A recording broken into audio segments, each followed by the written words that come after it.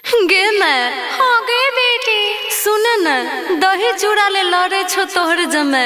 ठीके छो भेज देबो भैया संगे।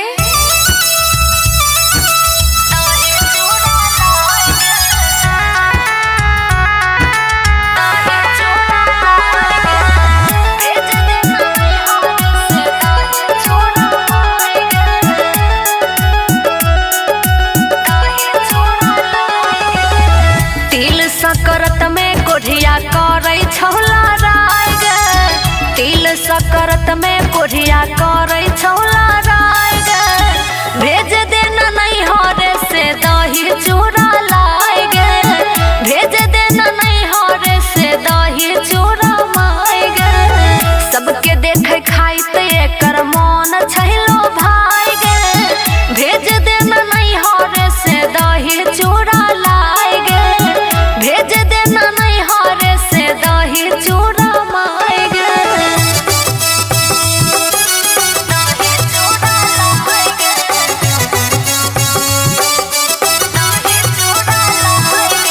म्यूजिक बाय शशि भूषण स्नेह।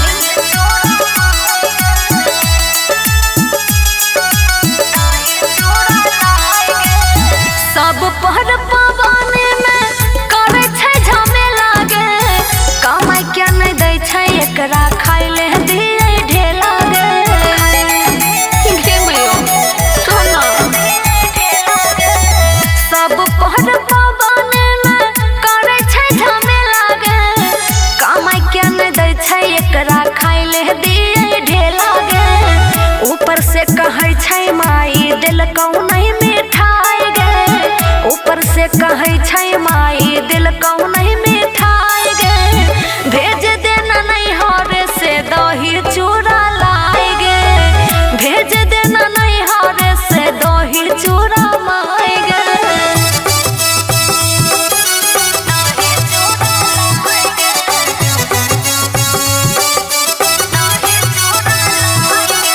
म्यूजिक बाय शशि भूषण स्नेह।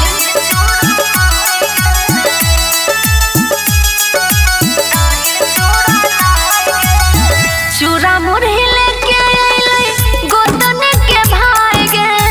देख के अइलो लहन देलह कहूँ सुनाई गे। कहना मरे छौ चूड़ा मुरही लेके अइलै गोतन के भाई गे। देख के अइलो लहन देलह कहूँ सुनाई गे। सबसे पहले देबै हम ये कहरे हुराय गे।